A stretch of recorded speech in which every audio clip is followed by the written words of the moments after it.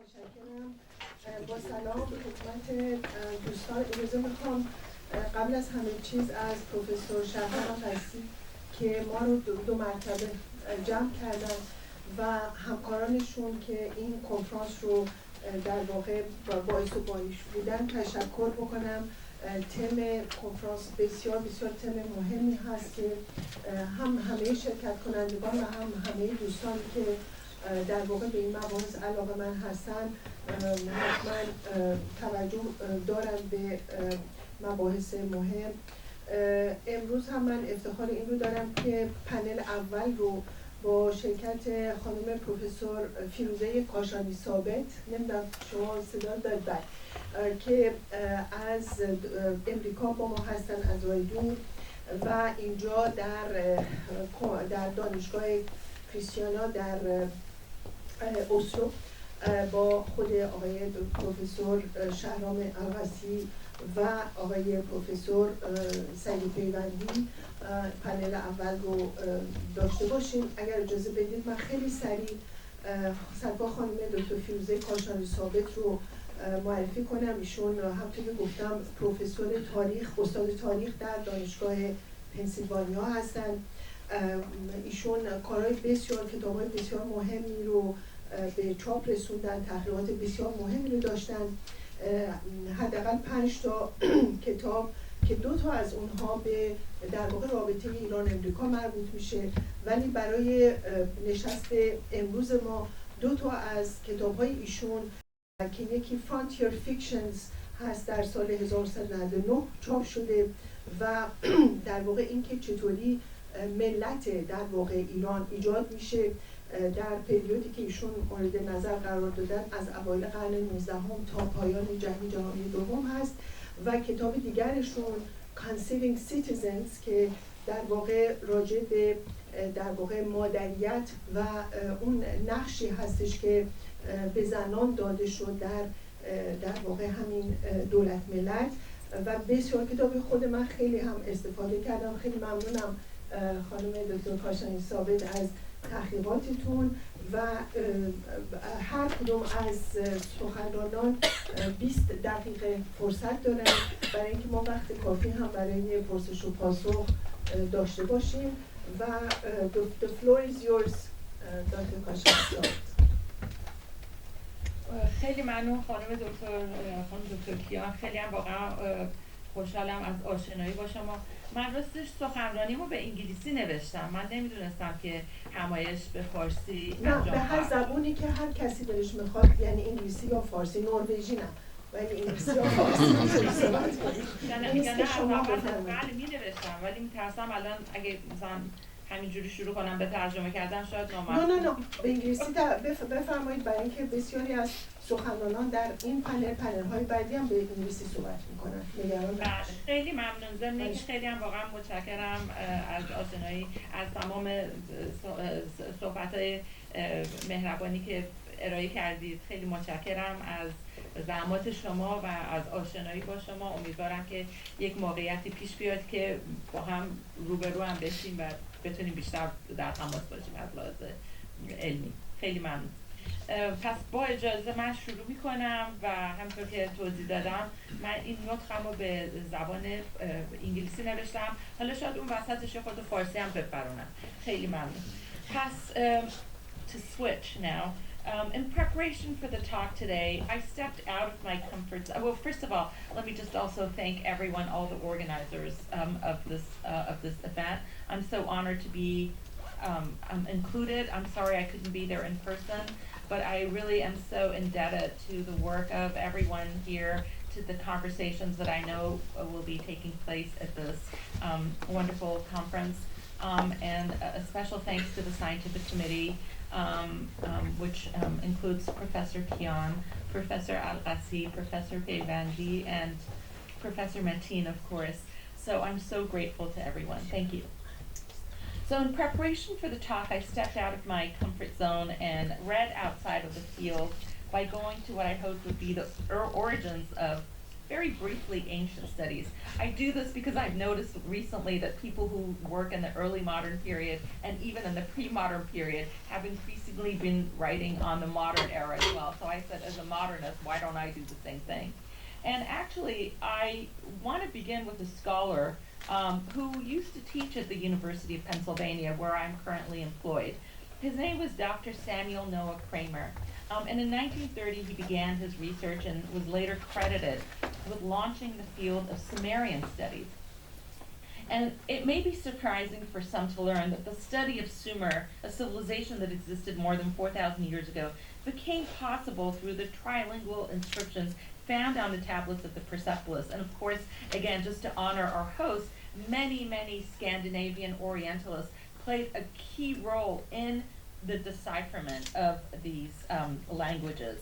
And one of the things that Kramer was often fond of doing in his writings on the Sumerians was to try to point out the similarities, despite all the millennia that had passed.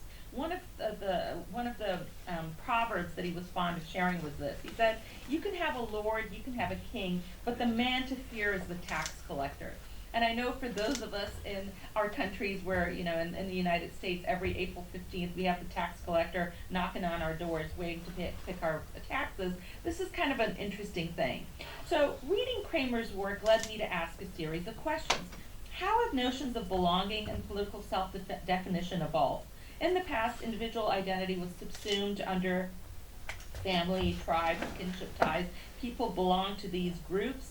And then when empires expanded through, of course, through military, military means, they often created new rules and granted privileges, but they also required a kind of allegiance and sort of a loyalty to their, to the dynast, to the founder, to the person who had become the conqueror. And these forms of power and structure were then ingrained in new edifices like the Persepolis that were created, in coinage and many other ways in which these new changes in the political order were drawn. And so modern empires continued some of these traditions, but they also introduced the concept of race and later colonialism, which often justified unequal social structures through racial hierarchies. Over time, the notion then of civic belonging and nationality emerged and tried to supplant some of these earlier tribal, religious, feudal, and other types of ties. Now, by belonging, I think the notion of belonging is very central to me as I continue to work on issues of identity and nationality and ethnicity. And so belonging, what do we really mean by belonging? Belonging, I think, is a kind of recognition, is the way in which society decides whom it embraces and on what terms. And so the historical benchmarks of belonging can help us consider how political identities, political affiliations change, and how our notion of being simply at first an inhabitant of a place, then a subject, and finally a citizen emerges over time, and the role that the state has in this process. Identity making, the way I see it, therefore, has vacillated between the state and the self. And there is this ongoing tension that I think exists, no matter what era you look at. And then the broader point too is, how have these shifts become reflected in notions of Iranianness? So theoretical conversations about Iranian identity, Persian and Iranianness, unlike debates about ethnicity, or particularly about race, are rather rudimentary. And yet geographic Iran, in its many iterations, persisted as a culturally heterogeneous space with ethno-linguistic and racial distinctions, as we know. Although scholars have considered the complex processes of identity formation, including racialist discourses and nationalist myth-making, questions about race in Iran have not evoked fervent scholarly exchanges as in other countries, especially in the United States, France, South Africa, Egypt, and Britain. And some of this scholarly inertia may result from the absence of political mechanisms enabling civil dissent rooted in race as distinct from ethnicity and religion. Yet to depict Iranian society, historically or otherwise, as immune to race, however, exploits a fallacy. In Iran, multiracial or multi-ethnic background and heritage also does not typically express itself as a hyphenated identity, although that may be changing a little bit now. But still, official and semi-official markers of identity connoting a multicultural background, such as Iranian Arab or Iranian Afriqai or Iranian Amerikai, do not formally or legally exist in Iran, although they can occur as informal descriptors. Rather, Iranians latch onto their regional identities even as they embrace many, not all, many Iranians latch onto their regional identities even as they embrace Iranian political citizenship. Now, Middle Eastern nationalism, of which Iranian nationalism is also a part, necessarily incorporated racist features for several reasons. First, they often derive from Western concepts of nationhood and emphasize the racial superiority of one group over another, although, again, just to be clear, such self-aggrandizement was not uniquely Western. Second, they were often defensive in nature as states attempted to cohere the ethnically diverse territories they had acquired. And finally, Middle Eastern states imposed cultures of ethno-linguistic homogeneity that led to the expurgation of minority cultures and languages. They deployed notions of racial hierarchy to justify authoritarian directives that imposed the superiority of one community over another. And so this, of course, also happened in Iran.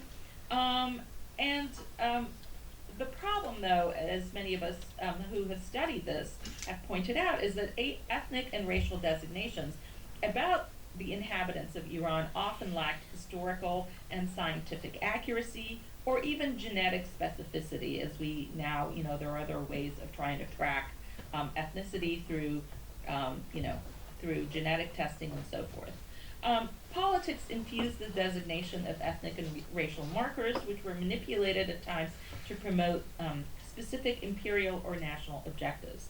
And so the process, in my recent work, I've been more and more focused on this, on the fact that the historical process of knowledge production about identity, race, and social belonging requires a careful examination of ingrained assumptions in accounts of Persian writers or Iranian writers, as well as colonial administrators and Western travelers. For at no point would it have been facile to distinguish with reasonable accuracy among large communities of itinerant Arabs, Turks, Baluchis, or Persians in areas of long-standing and regular contact, such as in the borderlands. So a scrupulous deconstruction of such truisms is essential to conversations about identity in Iran and its borderlands. And here I want to really credit the work of the renowned Norwegian anthropologist Fredrik Barth, who contended several decades ago, and I quote, "Since belonging to an ethnic category implies being a certain kind of person, having that basic identity, it also implies a claim to be judged and to judge oneself by those standards that are relevant to that identity." Barth, who was no stranger to Iran, having studied in 1958 the nomadic populations of southern Iran, composed a groundbreaking study, one of his many groundbreaking studies, that laid out the migrating lifestyle and cultural mores of the community. He observed that the Fars region, quote, "is an area of great complexity and admixture, and tribal units are best defined by political rather than ethnic or geographical criteria," unquote. He emphasized further that while members of these tribes were principally Persian-speaking, quote, "using a dialect very close to the urban people of Shiraz town," unquote, many were also bilingual in either Arabic or Turkish. Barth emphasized the multilingualism of this community without undermining the dominant affiliation of the tribe with a particular political group. Now, this work was considered the first major analysis of Persian nomadism. And so he demonstrated the metrics used to delineate identity and to argue that identities did not remain static over time, but remained complex and composed of multiple cultural units. Tribal and ethnic categories in Iran and its environs drew on these multitude of cultural markers, such as locale, kinship ties, language, and religion, in identity production. And so, he really called for the deconstruction of historical and cultural assumptions about race and identity many decades ago. And I think his arguments are still very, very relevant today. And part of the story of Iran and Iranians is also about Iranians outside of the plateau. Increasingly in our field, in the field of Iranian studies, it is not easy to talk about Iranians in the Middle East. It's easy to talk about the Iranian diaspora in the West, for example, in Australia. But the Iranian diaspora in the Middle East is really a very contested issue and has not really been deeply explored. It is, however, a subject of my forthcoming book and my ongoing current research. And it is in this context that language and other sort of language and other sort of cultural markers become really important in helping us to identify what an Iranian identity is outside of particular place and time and locale.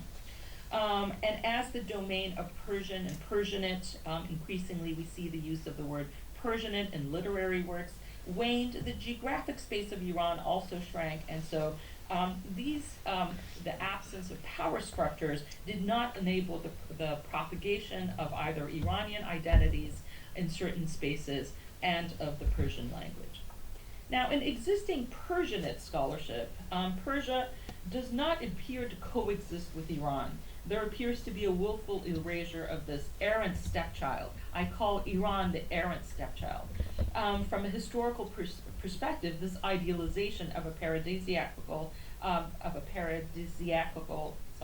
mispronouncing that word, Persian past seems incongruous.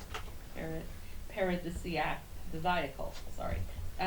So the Persianate, I argue, is chic. Persian is chic. It's also very Western. When you look at British documents on Iran, you never encounter the word Iran, actually. It's always Persia. Persia is chic. Persia is ancient Iran. Persia is the Persepolis, as we know. And so it accepts the age-old Western bias for the term that did not deign to use or incorporate the existence of Iran or even the idea of Iran.